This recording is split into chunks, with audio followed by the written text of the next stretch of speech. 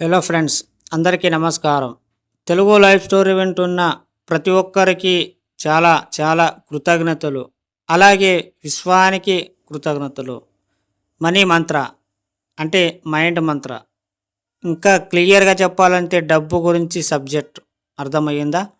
మీకు ఏదైనా దేవత అనుగ్రహం కోసం మూల మంత్రాన్ని ధ్యానంలో జోడించండి. ఆ దేవత అనుగ్రహాన్ని మీరు పొందే అవకాశం ఉంది.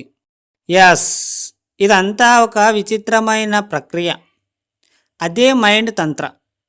మీకు ఏది కావాలో ఆ విశ్వం మీకు సమకూరుస్తుంది.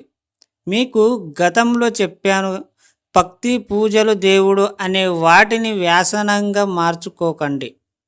ఇవన్నీ జీవితంలో ఒక భాగం మాత్రమే. ఇవి జీవితం కాదు.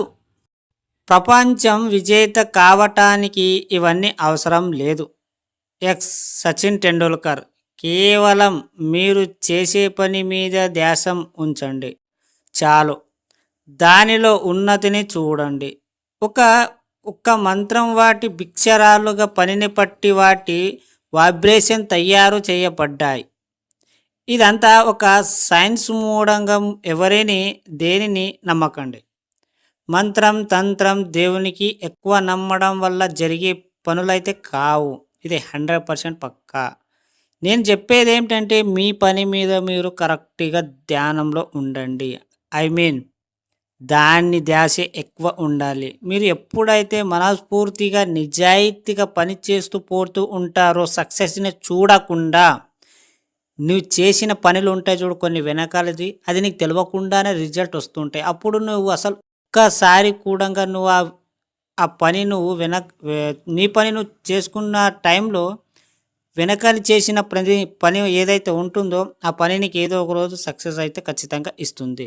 కేవలం మీరు ఏం చేయాలి అంటే రోజులు గడుస్తున్న కొద్దీ మీ పని మీరు చేస్తూ పోవాలి. అది ఎలా చేయాలంటే 10 మందికి నచ్చేలా నీ పని నువ్వు చేస్తూ పో నిజాయితీగా. ఇంకొకటి, ఎక్కువ దేవుడు భక్తులు ఇవన్నీ చేస్తే ఎప్పటికీ మనం పైకి రాలేం. ఇది గుర్తుపెట్టుకో. నీ మీద నీకు నమ్మకం ఉండాలి. నీ మీద ఎంతవరకు నమ్మకం ఉంటుందో అంతవరకు నువ్వు ఏదైనా చేయగలవు. 10 మంది వచ్చి నీ వల్ల కాదు అంటే దేవుడి మీద భారంగా వేయకు. నేను చేయగలను అని నీ మీద నీకు నమ్మకం పెట్టుకొని, ఖచ్చితంగా నువ్వు చేస్తాను అని నమ్మకం పెట్టుకొని అప్పుడు ప్రూవ్ చేయి. ఎలా అంటే ఇప్పుడు 10 మంది నీ వల్ల కాదు అనే క్వశ్చన్స్కి నువ్వు ఆన్సర్ దేవుడి మీద చూపించకు. నువ్వు అది 10 మంది అన్న మాటలకి నువ్వు రిటర్న్ తీర్పు ఇచ్చేదాన్ని సక్సెస్ కొట్టిన తర్వాత ఆ 10 మంది మాటలు నువ్వు నిరూపించినట్టు అవుతుంది. అర్థమైందా ఫ్రెండ్స్? ఇంకా క్లియర్గా చెప్పాలంటే నీకు మించిన గొప్పోడు ఎవ్వరు లేరు. నీలాగా ఎవరికి రాదు. నీకు వచ్చిన క్యారెక్టర్ కానీ బిహేవియర్ కానీ ఏదైతే టాలెంట్ ఉంటుందో అది ప్రతి ఒక్కటి నీలో ఉన్నది ఇంకొకటికి రావు. అందుకే నువ్వే హీరో, నువ్వే అన్నీ. ఇది గుర్తుపెట్టుకొని నువ్వు పని నువ్వు చేస్తూ ముందుకు నడుస్తుంటే నీవు ఏదో ఒక రోజు ఖచ్చితంగా సక్సెస్ వస్తుంది. Believe your self. అర్థమైందా ఫ్రెండ్స్?